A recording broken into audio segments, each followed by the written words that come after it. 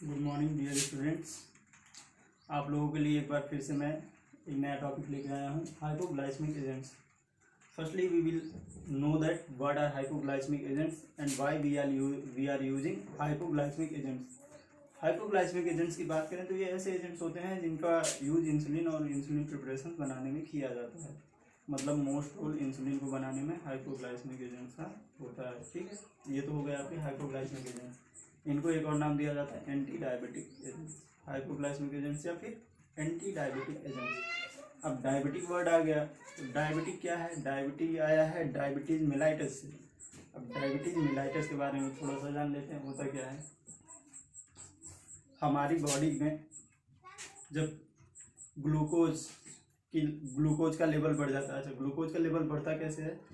जो हम भोजन लेते हैं, भोजन में जो कार्बोहाइड्रेट होता है, उस कार्बोहाइड्रेट का जब सही से पाचन नहीं होता है या फिर सही से अवशोषण नहीं होता है, ब्लड में सही से जब वो मिक्स नहीं हो पाता है, या फिर इतना ही समझ लीजिए कि जब कार्बोहाइड्रेट का पूरी तरह से पाचन नहीं हो पाता है तो बचा हुआ कार्बोहाइड्रेट ग्लूकोज के रूप में एक्युमुलेटेड हो जाता है और ये एक्युमुलेशन हमारे ब्लड में ब्लड शुगर को बढ़ा देता है। अब इस बढ़े हुए ब्लड शुगर को कंट्रोल करने का काम बॉडी में कौन करता है? लैंगरहैंस सेल से प्रोड्यूस होने वाला इंसुलिन। इंसुलिन क्या करता है? कार्बोहाइड्रेट को कंट्रोल करता है या फिर ब्लड शुगर लेवल को मेंटेन करता है।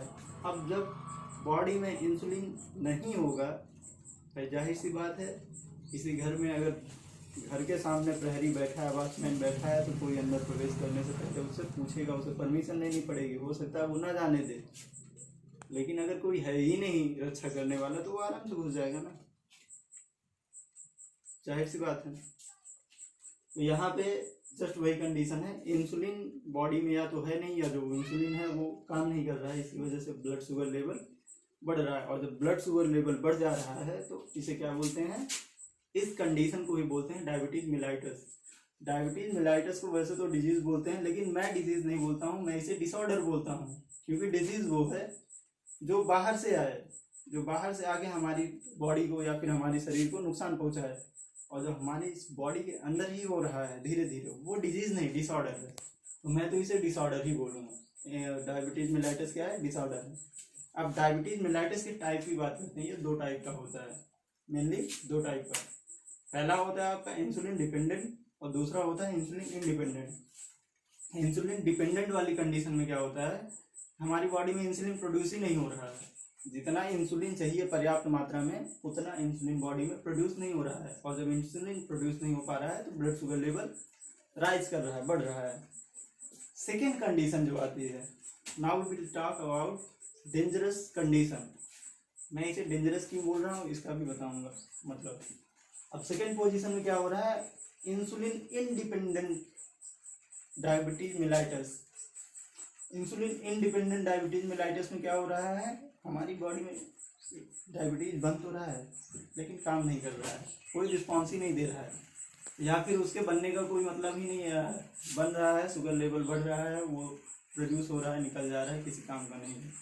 तो यहाँ पे जो इंसुलिन है, इंसुलिन का सिंपल सा रोल चेंज हो जा रहा है। वफादार नहीं है वो हमारी बॉडी के प्रति, वो उसका जो वर्क है नहीं कर रहा है, बेवफा निकल गया, जाहिर सी बात है। हाँ, बेवफाई का कोई इलाज तो है नहीं, जाहिर सी बात है। जहाँ पे इलाज ना हो वहाँ पे हम लोग क्या कर सकते हैं? प्रिकॉशन ले सकते हैं।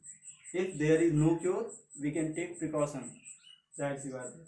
तो इसमें हम लोग क्या करते हैं? प्रिकॉशन लेते हैं, इलाज नहीं करते, प्रिकॉशन लेते हैं। अब आती है इलाज की बात। तो डायबिटीज मेलाइटस का इलाज कैसे होता है? डायबिटीज मेलाइटस का कोई इलाज नहीं, इसके लिए प्रिकॉशन है। इसके लिए हम लोग एंटी डायबिटिक एजेंट्स लेते हैं जो ब्लड शुगर लेवल को मेंटेन करते हैं। अब इसमें सबसे पहले आता है, क्लासिफिकेशन पे आते हैं, क्लासिफिकेशन से ही क्लियर हो पाएगा। सबसे पहले आते हैं फर्स्ट क्लास में, insulin and it's preparations. Insulin और उसके प्रिपरेशन। इंसुलिन है, इंसुलिन के 8-10 प्रिपरेशंस हैं, ये सारे के सारे बाहर से लिए जाते हैं या फिर नेचुरली प्रोड्यूस करवा के बॉडी में इंजेक्ट करवाए जाते हैं। ये एक तरीका है सिंपल सा, जो ज़्यादातर यूज किया जाता है इंसुलिन डिपेंडेंट डायबिटीज मेलाइटस में। इसके बाद आ जाते हैं सेकेंड क्लास पे। सेकेंड क्लास में इसका क्या है, oral anti diabetic agents, oral anti diabetic agents का मतलब इनको इंजेक्ट नहीं किया जाता, ये ओरली लिया जाता है। अब ओरल एंटी डायबिटिक एजेंट्स में भी दो कैटेगरी हो जाती है, पहला है आपका सल्फोनिल यूरियाज और दूसरा है बिगोनाइड्स। सल्फोनिल यूरियाज मतलब सल्फोनिल यूरिया के डेरिवेटिव्स हैं और ये बिगोनाइड्स के डेरिवेटिव हैं। सल्फोनिल यूरियाज डेरिवेटिव में तीन आ जाते हैं, chlorpropamide, tolbutamide, glibenclamide, chlorpropamide, tolbutamide, glibenclamide. CTB, CTB chlortol gli, chlorpropamide,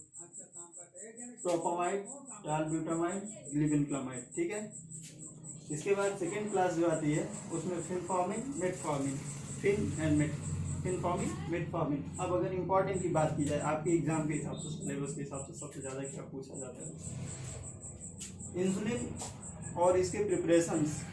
पहला क्वेश्चन ही बनता है इसमें, what is insulin, explain about it's preparations, या फिर give the summary of insulin and it's preparations. ये सारे क्वेश्चन इसमें बनते हैं। इंसुलिन और इसके प्रिपरेशन मोस्ट इंपॉर्टेंट है इसमें। सेकेंड आ जाता है क्लोरप्रोपामाइड। ये दोनों मेडिसिन तो यूज की ही जाते हैं, लेकिन क्लोरप्रोपामाइड को एग्जाम में अक्सर पूछा जाता है। क्लोरप्रोपामाइड के अलावा जल्दी कुछ पूछे, ये सब नहीं पूछा जाता। क्लोरप्रोपामाइड बार बार रिपीट होता है। फिनफॉर्मिन, मेटफॉर्मिन भी पूछता है लेकिन ज़्यादा नहीं पूछता, ज़्यादातर आपका यही दो पूछते हैं, तो इस पर आपको सबसे ज़्यादा ध्यान देना है, ठीक है। अब बात करते हैं क्लोरप्रोपामाइड की, थोड़ा सा होता गया है। क्लोरप्रोपामाइड की अगर बात की जाए तो इसका सिंपल सा स्ट्रक्चर है, बेंजीन रिंग है, बेंजीन रिंग में क्लोरीन है और सल्फोनिल यूरिया है, ठीक है। फर्स्ट पोजीशन पे ही सल्फोनिल यूरिया जुड़ा हुआ है इसमें। ये भी यूरिया का डेरिवेटिव है, सिंपल सा स्ट्रक्चर है, यूरिया डेरिवेटिव। दो नाइट्रोजन इसमें प्रेजेंट है, दो नाइट्रो ग्रुप प्रेजेंट है। पहले नाइट्रोजन ग्रुप से आपका जुड़ा है SO2 ग्रुप और सेकंड नाइट्रोजन ग्रुप से आपका जुड़ा है मिथाइल ग्रुप, ठीक है, CH2 CH2 CH3। अब इसकी बात की जाए इसके स्ट्रक्चर की, तो इसकी वजह से इसका नाम क्या पड़ रहा है, पैरा पोजीशन पे है, पैरा क्लोर बेंजीन सल्फोनिल, ठीक है। ये क्या हो गया आपका पहला ग्रुप, पैरा क्लोर बेंजीनिक सल्फोनिल, और सेकंड है आपका क्लोरीन ग्रुप, ठीक है। इसमें केवल दो ग्रुप जुड़े हुए हैं क्लोरप्रोपामाइड में। अगर इसके IUPAC नॉमेनक्लेचर की बात की जाए तो इसमें क्या हो जाएगा, N para chlor benzene sulfonyl, N methyl ethyl, no methyl ethyl नहीं, N para chlor benzene, N sulfonyl, N para chlor benzene sulfonyl, N urea urine. Simple सा है। इस चैप्टर में आप लोग देखिएगा, आपको यही दो मेडिसिन देखना है, हमें इंसुलिन और इसके प्रिपरेशन, सेकेंड क्लोरप्रोपामाइड।